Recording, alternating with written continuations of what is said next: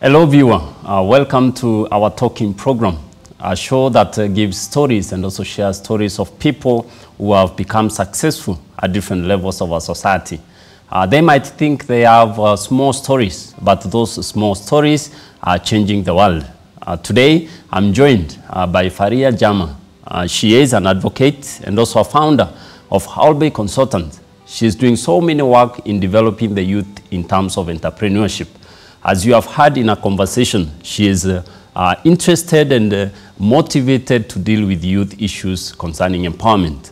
Today, we get to have this sit down and discuss various issues that are affecting the youth.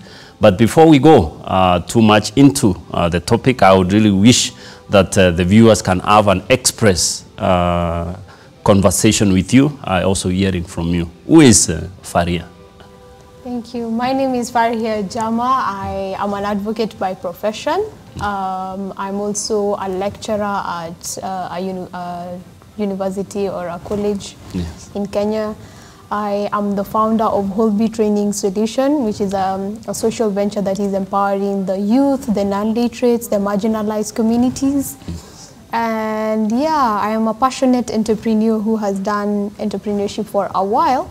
Aside from my profession of being an advocate, so that's who I am in a nutshell. I do a lot of consultancy, advisory, and I give a lot of information, trainings, and I sit on panels as a public speaker, and that's why I'm here as well. I was a global TED Talk speaker and a public speaker, yeah. Yes. I think people on the aspect of entrepreneurship, I think they have crossed by your face somewhere in different platforms, especially considering you come from the Muslim community. I was able to realize that the passion that is in business, we know Muslims have a background of business, but not in terms of training, but in terms of conducting the business itself. But why business? Why not any other thing? Why you did not go for farming? Why you did not go for something different? You are a law practitioner, but you went for entrepreneurship. So my passion started when I was 18 years old. I had a passion. I just loved selling things. I don't know what that was, but in selling things, I used to, just wanted, and I was just doing it like a fun game. It was just at that age, you don't know why you're doing things. But I think maybe the environment I grew up in, there's something that actually made me just move towards that direction. So I started it as a game. So the first business I went to was after high school. I just wanted an extra pocket money or an extra money. When you finish high school, no one tells you that, hey, now your pocket money is over. So for me, I was just looking for that extra coin. And that's when I fell in love with the entrepreneurship. That extra coin meant just gaining a few coins to either maybe transport or just buy a new snack, the way a young person will think. And that's where it started. So I started selling like cakes and pizzas at home from Langata, where we used to live. And I was just selling to the neighbors. And I was using the resources that were there at home, like just getting flour from home and, and then just making the cakes, because I learned the skill from my mom. And when she used to bake or make pizzas and stuff, that time Pizza Inn had not come to Kenya. So pizza was like something new. So my neighbors liked it. As much as I was not so good with the cake, I was really making mistakes here and there, but I'll find some few clients to buy at least maybe donuts and muffins and stuff, So that's where my entrepreneurship journey started. And then it continued. I ended up starting over 7 businesses that actually failed before my 8th business, which is this one. So farming, yes, I got into farming a bit with my mom, because my mom had a shamba somewhere, and we used to go and sell the produce, the skooma, the spinach, and being a firstborn, I had the mandate to take responsibility, help out, and all that. at that time I didn't know why. You were just free after high school, so I was just doing it, to keep myself busy. And I used to tell her, I need commission for every time I'm going to sell. So I think that's when my entrepreneurial mindset started growing. And so I went into farming. I did some onions, kumas, spinach. Tell me about it, I did some chicken selling as well. So that's where it started. So your trial and error. Breakthrough. Yes. I lived in the village. I think you are a Bontao. I can think about. But for me, I did farming, but the aspect when you, in one of your talks, especially the TED Talks you did in Parklands a year ago, you spoke about skills that can be monetized, or what do you know that is surrounding you? When I was thinking about that lecture, I thought, as I was growing up, I was exposed to too many things that I could have made money, but flash forward now, I'm doing something that is totally different because, something that people are passionate about, you are able to get the best out of it. As you do, and also as you arrange empowerment, you came up with the 4 things that, the 5 things that are the most important aspect, that if you get these things, if you balance them well, you can be able to have success in terms of economic liberation or economic growth, or as you say it, economic empowerment. I hope that also you can be able to shed more light on these 5 areas that you feel, if they are met precisely, someone can say, I have now economic empowerment. So that economic empowerment, and why I was even pushing, even till now I'm still an economic empowerment advocate, is because I wanted people to be financially free and just not put a meal on their table. Putting a meal on your table is the least of the things that you need. You need to be in a position where that you don't have to worry if tomorrow I'm going to eat, survive or die. So life is about survival.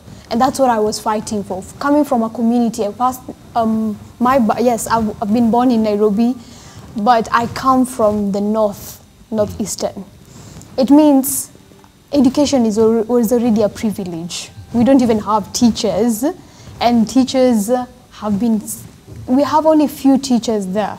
So it means if you come from a community that you can't even get access to education, access to basic things like water, food. Right now the drought is hitting our community more. So you're already built to being a survivor. And you're not doing entrepreneurship or business just for fun. You're doing it to survive, to eat, to put a meal on the table. Let's have the discussion from there. So why I talked about that economic empowerment in my TED Talk is because I was trying to analyze how this idea actually came. Was because I was reading a book, and then I was like, I'm tired of seeing the poverty in our community. I'm tired.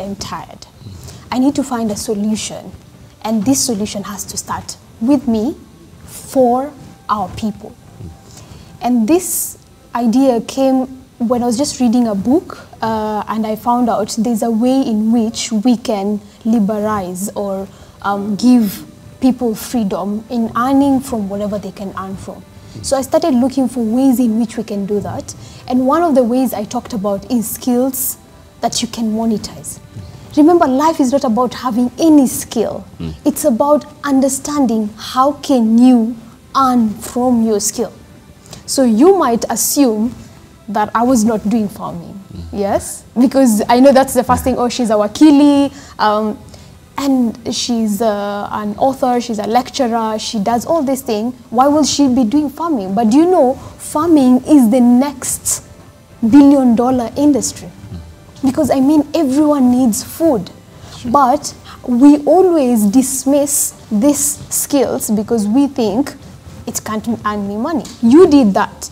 Everyone has, at some point in their life, done some odd jobs, some odd skill.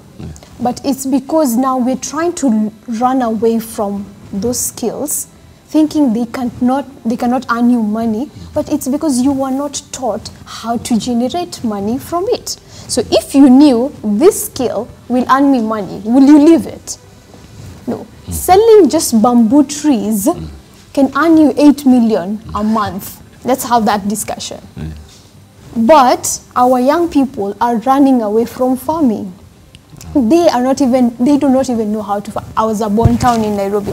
So I know the first thing you'll assume, oh, she doesn't even know how to carry a djembe. And of course, maybe I didn't know how to carry a djembe. Someone was doing it for me. But if I knew that this is how you can make money from it, then I will learn that skill.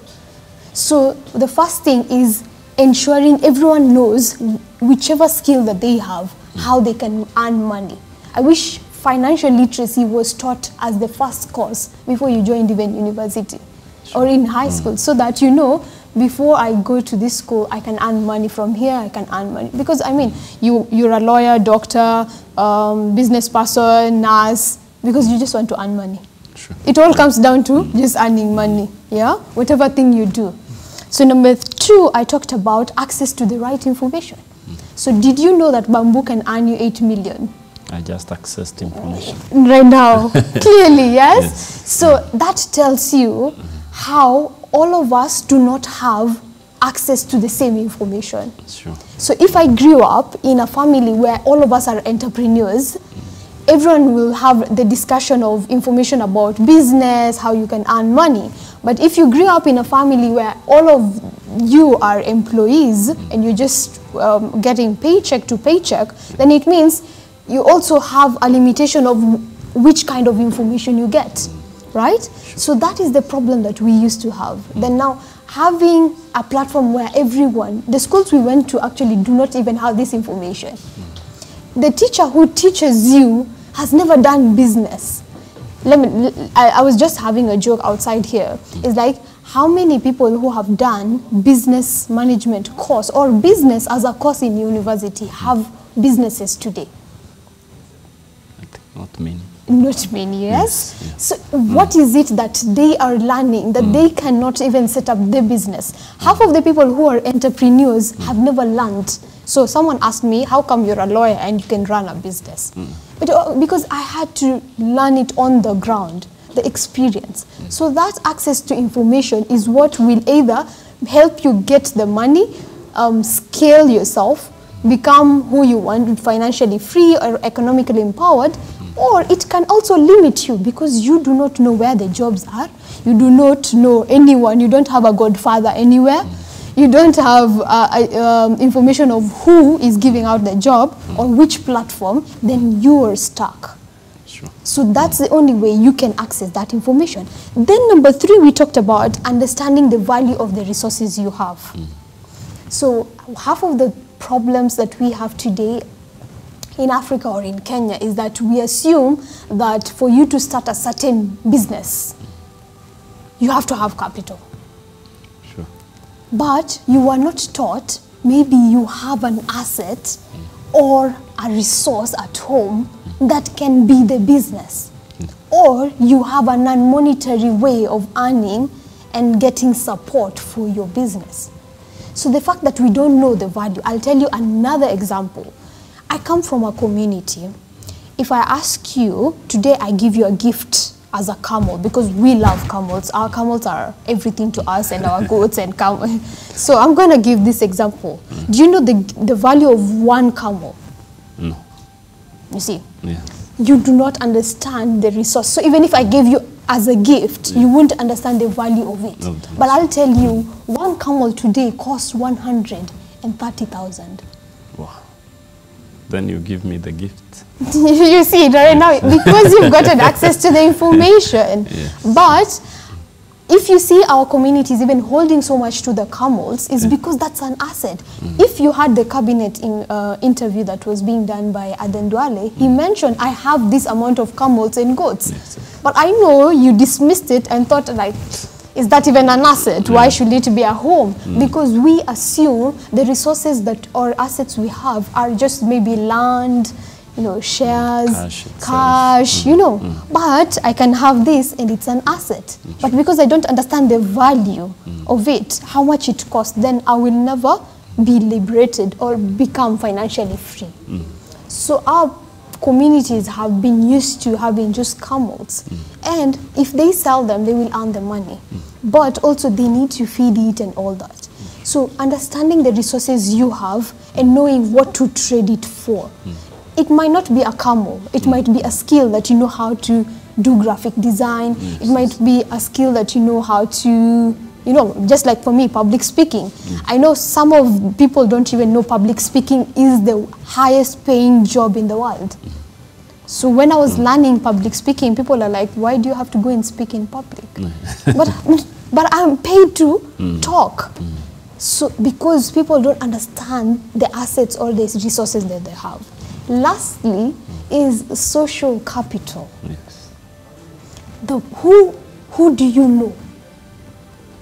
Or who knows you? Let's not say who do you know. Let's know who knows you. Yeah.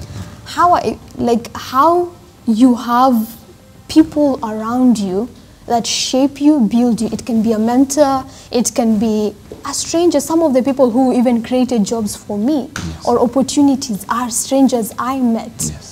And it's because of networking. Social capital is one of the biggest assets that people are not aware of. And that's where we go wrong. Yeah. So we assume that, oh, my father needs to have known someone. Half of the social networks I created, none of them comes from my home. I had to look for them, build relationship. Today we built a relationship with you. Tomorrow you might call me for another thing. And that's how social capital is built.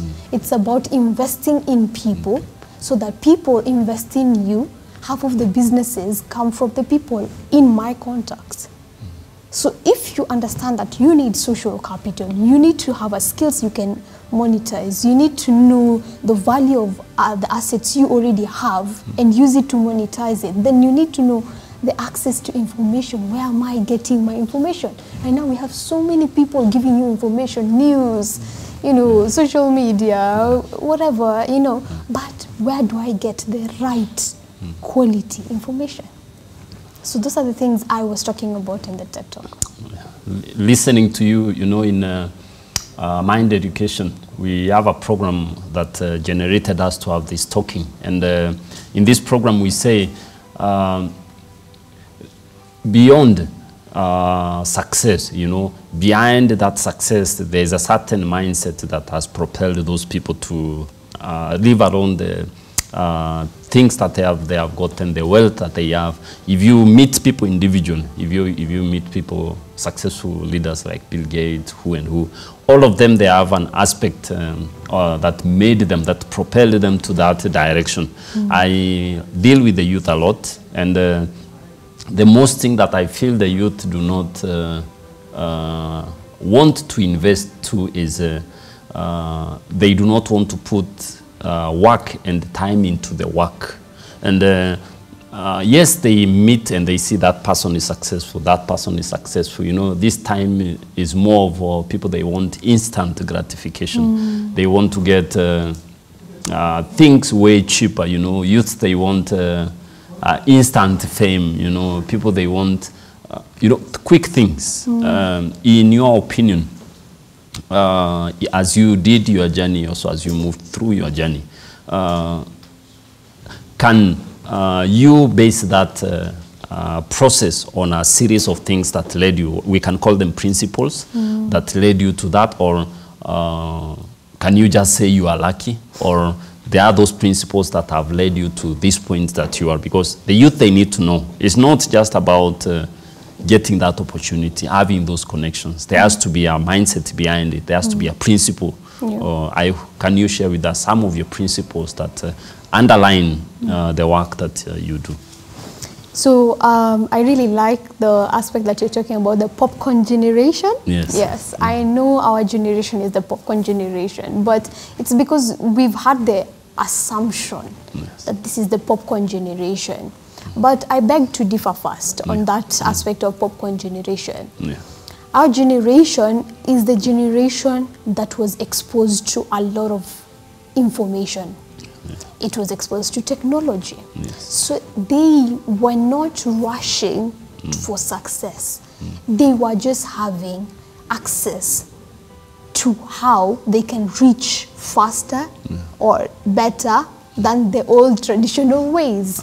So sometimes people might think it's in a rushed way. But yes, there are people who are popcorn generation who want things to happen quick and fast. Yes. But that's not the story. The thing is that our times are different. Our age, our youth, including myself, were given a platform, were given exposure, were given resources that we can now learn how to make money, how to generate things, but we were breaking the status quo of the old traditional ways of doing things. So with that, people might assume that we are rushing the process, but we are changing how things used to be done. So our generation will change the narratives of a lot of things, and that includes why I started my journey. It's because my journey started with a lot of hurdles. I just didn't wake up today and build a company and reach it this level just in a snap or in one night. This took me over 10 years. 10 years meaning I started my entrepreneurship way back at 18. At 23, I had a pilot business. I had started a couple of businesses that failed. I made mistakes. Then at 24, I started this business.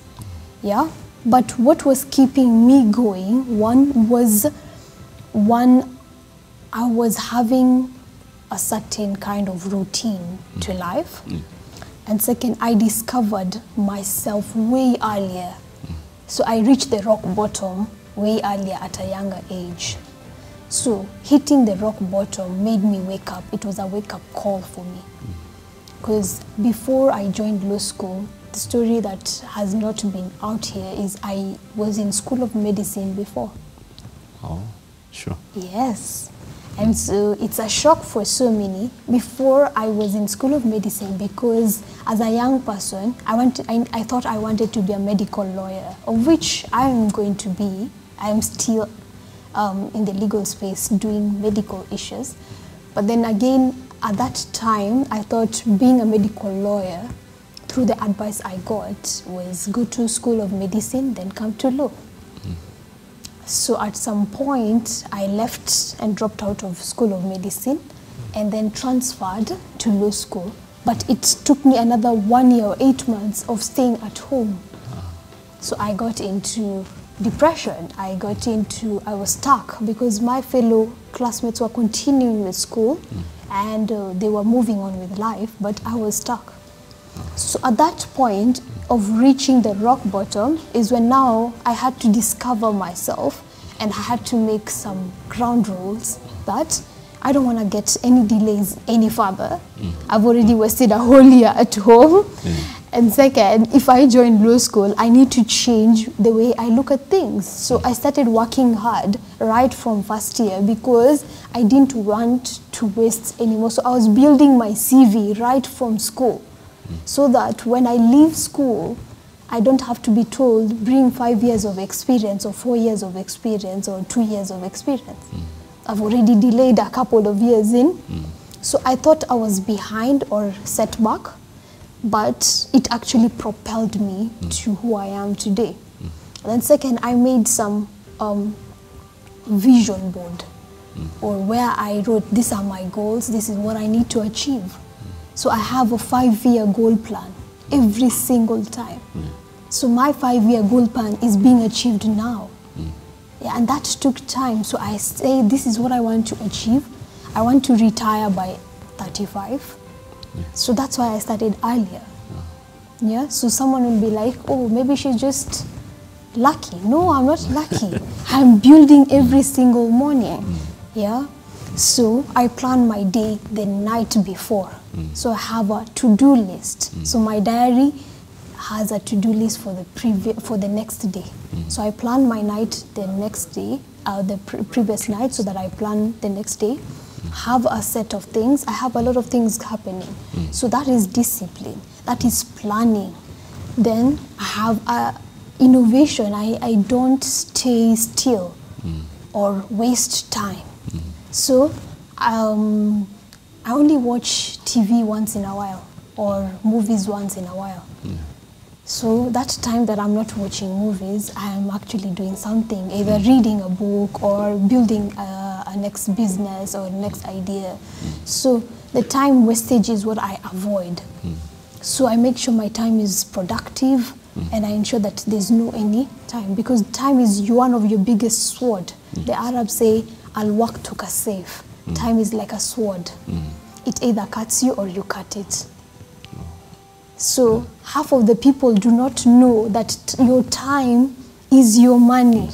Once you learn that your time is your money, you will be able to now learn how to use your time to generate more income. So the time you're wasting on chilling, vibing, watching TV and all that, you're also losing out half of your lifetime in which you could have generated money. So that's why time is always not waiting for you. So our young generation will want to come to a job and just sit and wait for the boss to tell them, do this, do that, do this. Or watch YouTube at work. But you're not stealing the boss' time. You're stealing your own time of learning how to do things that will generate money for you. So it's a hard conversation.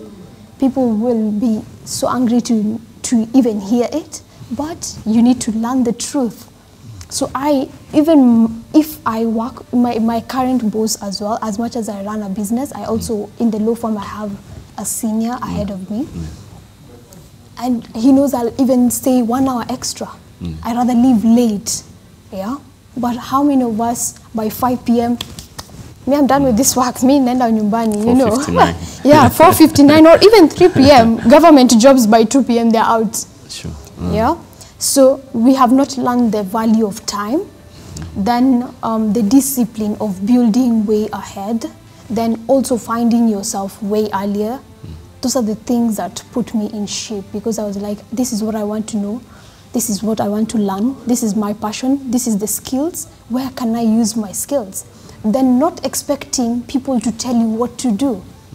When I go to spaces, I'm not given a job description. I create my own. And it's because of exposure and experience that now all these things I build. I tell my boss, listen, I can do this for you. So learning not to be the recipient or always receiving, or when is my salary? But I'm like, I tell my boss, listen, I can generate this money for you. Give me a cut on this. Not him giving me. I tell him I can make this money because I am worth this amount. This is the skills I have. But so many of us are used to give me. Serikali saidia, boss leta pesa. You know, those kind of mentality. So you need to change that mindset of what can I do for people? What value am I bringing on table? Once you start thinking like that, then you'll stop saying, give me. You'll say, this is what I can produce. Now give me my cut. Sure. Listening to you, it's like when they say a product from the farm, and when it comes to value addition, it changes. You know, many youths, that aspect of value addition, you know, before, as I was also venturing into the workspace, there was a lot of chances and many people, they wanted to volunteer. But the problem now these days, even though we don't want to say it's a popcorn generation, many people, they are losing that strength of value addition. When I hear you talk about it, you know, you have been from place to place, you know, gaining experience. Also recently you participated in the Miss President contest. So when I saw that, I thought you had some aspiration in politics, you know, but let's say for a moment, you can be able to clarify this if you want to go into politics, or if you can be able to enter into the public space, the public service, as a president? You know, what are the key areas? Because now the new CSs, they came, even the new CS of Labor, Madam CS Aisha Jama, she spoke about making the public servants to be more respectable, giving them more salaries. But when I check in the real aspect, actually, it's not all about the money aspect of it. What would you, like the main key things, what would you change in the public system so that it can be able to elaborately help those people, not even the government, help those people in the public service to grow, you know, to grow themselves in terms of skills, in terms of developing the country, because the country is as good as its human resource. You know, it's not about countries like Congo, you know, they have minerals, but those minerals cannot be able to be used because now the human resource have entered into conflict, you know. So the aspect of human resource is very important. And the country is, I can just give you a small example. South Korea and Kenya were almost the same economic level 60 years ago. You know, in our independence, our GDP was almost the same.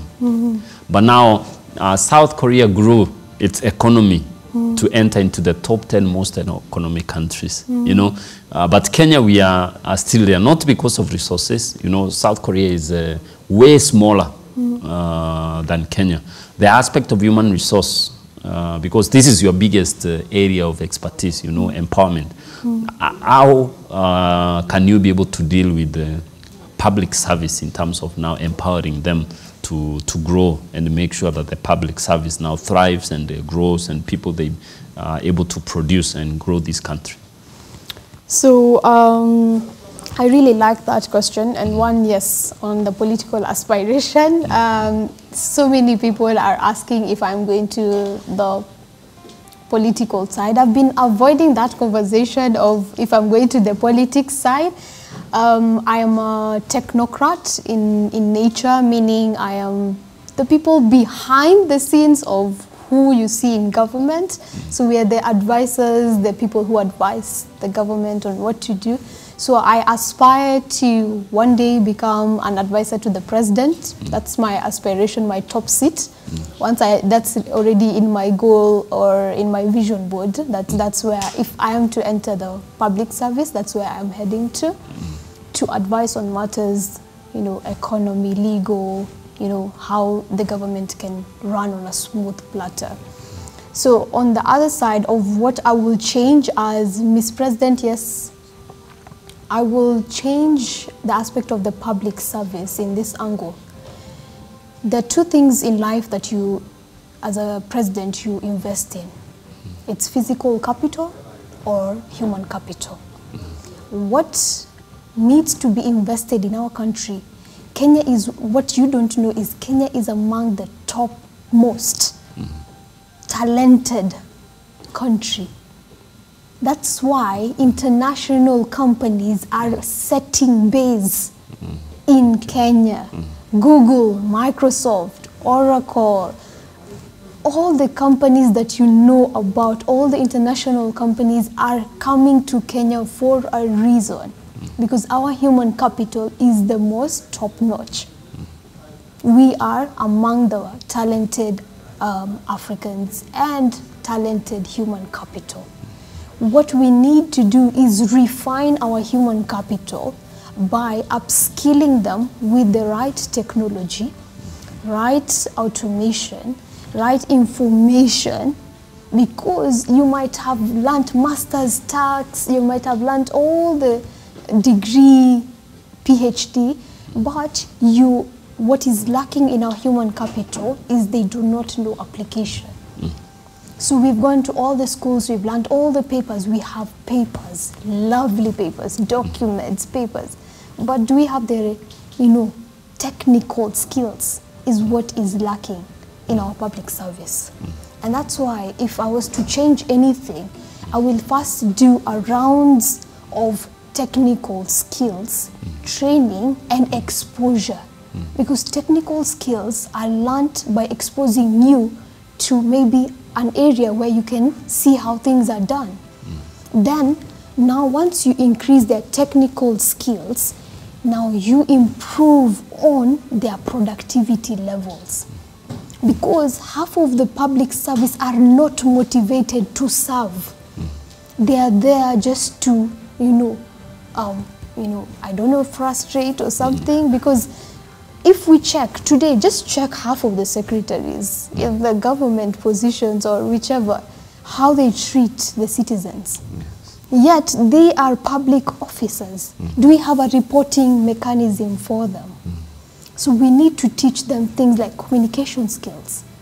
Just go to a company, a well-established company, and see how you're treated. Even just hotels, how they serve you, how they welcome you and all that. That is what is even lacking in the public services. And then now teach them about how to communicate, how to relate to people. People skills, interpersonal skills is what they're lacking. So they have soft skills that is on paper, but they don't know how to apply it in real life. So if I was to change that, that's the first thing I'll change in the whole government. Each department needs to go through thorough training on that. And then now teach them technical skills. So how can you apply the knowledge you have, increase their mindset, so that they know they're serving the government. They need to learn how to increase, good service delivery. So if we are able to sort that out and reduce impunity, or calling my uncle, cousin to come for the job who's from Siju, wherever, and they don't even know, they're not even qualified for the jobs. That's why you have half of the governmental positions, the scrutiny needs to be done on the hiring process. They lack a good onboarding process. Because I run a company and I know when you know that your staff are not delivering, the question comes to you and your hiring process. So if the president was to change anything, they need to change how the onboarding of the staff members. See Mtuwangu thing to come to get a job. Because Mtuwangu thing has brought corruption, has brought sluggish way of delivery, has brought lack of delivery in the whole service area, and actually even misplacement of even justice. Because clearly you find a person who was qualified loses a position that they were supposed to get for an unqualified person. So investing in human capital is one of the things, and then ensuring that now we do scrutiny and compliance checks, audit the government, audit, so that we see who's compliant, who's not delivering.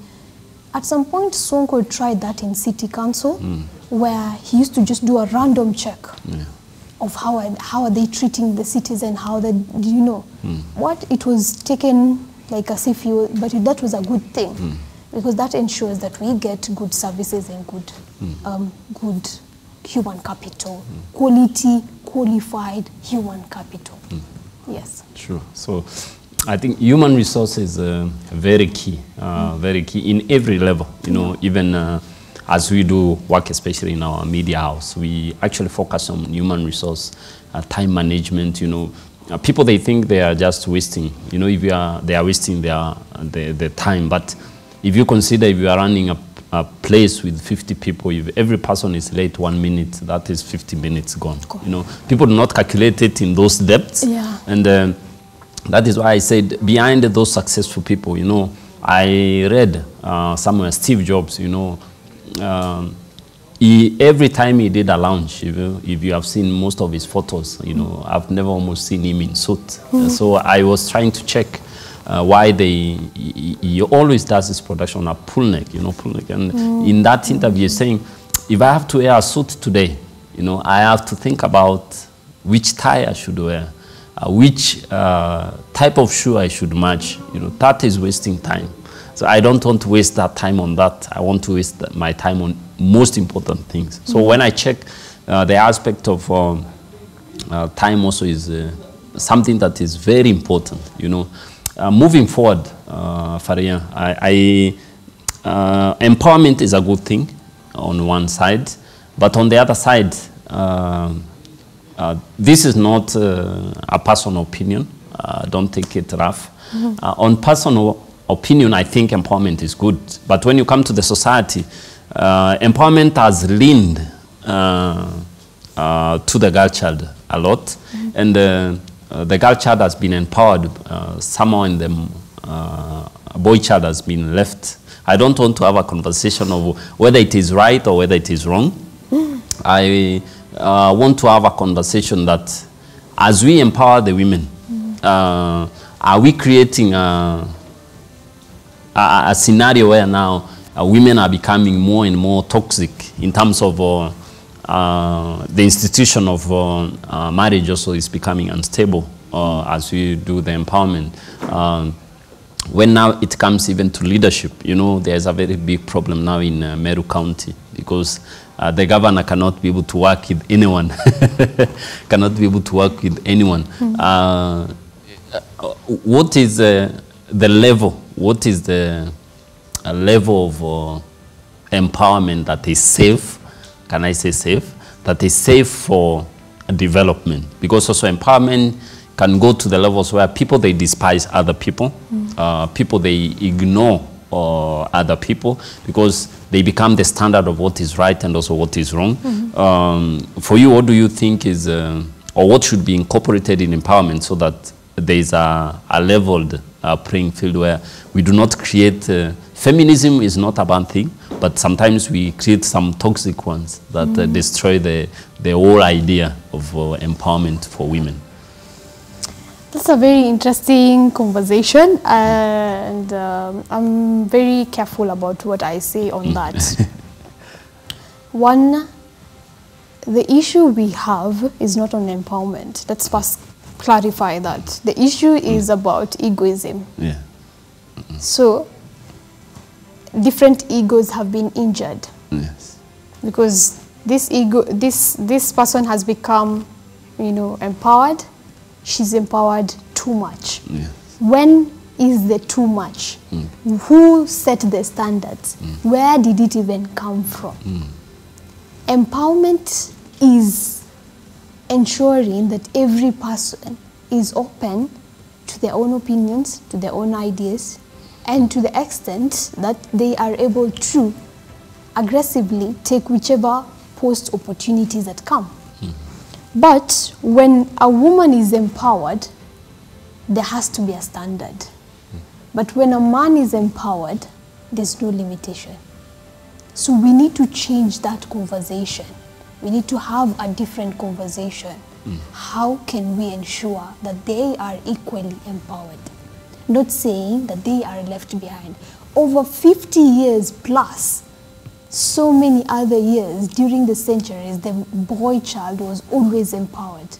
And the only one time that a woman is empowered, it becomes a question.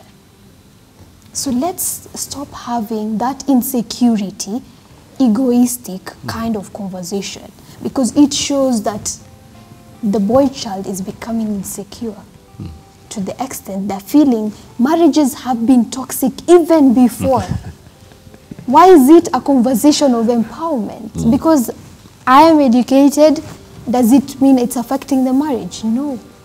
What is affecting is how you feel about my empowerment. So we need to change that. Let me tell you, if women become empowered, the world will change better. Today, half of the companies in Kenya and around the world are being run by women. Sure. And they have been run the best way. Why? Women lead with empathy. They lead with care. They take care of things. When they see that they take care of things just like they will do for their babies. So we care about nature. That's why SDGs are incorporated in businesses that women are leading. But it was never a conversation of a men-led organization. So look at it. The company, the governments that are being led by women, New Zealand, look at all this, Liberia, those are the most performing economies because women look at things from a different angle, a 360 type of angle. So let's stop having this discussion of when is the limit? There's no limit. Women are going to be empowered, and if you educate one woman, empower one woman, she empowers a whole generation. her children, her grandchildren. That's why even the best lessons you ever learned, you learned from a woman. Sure. Even you as a man need to learn that there's a respect for that woman. She gave back to you. If your mom was not so educated, today you won't be here. If she was a failure, today you'll also be a failure. If she was a drug addict, you'll also become a drug addict. Let's look at how many homes are being changed by the woman who's being empowered. So that's the conversation we need to have. And then now, if you want a boy child to also be empowered, now look for men who want to empower. Because half of the organizations that are empowering the girl child is a woman-led organization. And if there are men who are also empowering, there are few we can even calculate. So why don't you, instead of focusing your energy on aspects of feminism, toxic marriage and all that, why don't you focus on energy of empowering the boy child, empowering the manhood, ensuring that you teach them your ways. Half of the time, men are very selfish, even in business, in even sharing secrets with their own friends. Their own friends. I thought that is our nature. Yeah, it's your nature. So that selfish nature has always been, like you always see everyone as a competitor. And that's why the woman has become your competitor, because now she's empowered. And how can a woman, I've gone for meetings, how can I'm the only female in the room. Who is she? What is she doing here? And how can a woman tell us this? Why she's the most knowledgeable one? Talk to me with the mind.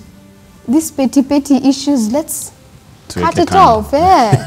So that's the conversation I will tell. And for every boy child who's feeling insecure, work on yourself. Empower yourself. No one will do it for you. And if no one is doing it for you, do it for others. Stop making noise. Do the work. That's what I will tell. And for every girl child, there's no limit. Let the girl child be awakened. Let her wake up. She's going to change the future generations. And let's have that kind of conversations. I hope we can be able to sit down and have this conversation on and on again. I hope to invite you for a second part. Unfortunately, our time is not on our side, but I would wish you also to have your parting shot, the message that you can be able to, when I listen to you a lot, you have talked about paradigm shift in different things. In your camera, you can be able to wrap up in just 30 seconds of your sign out.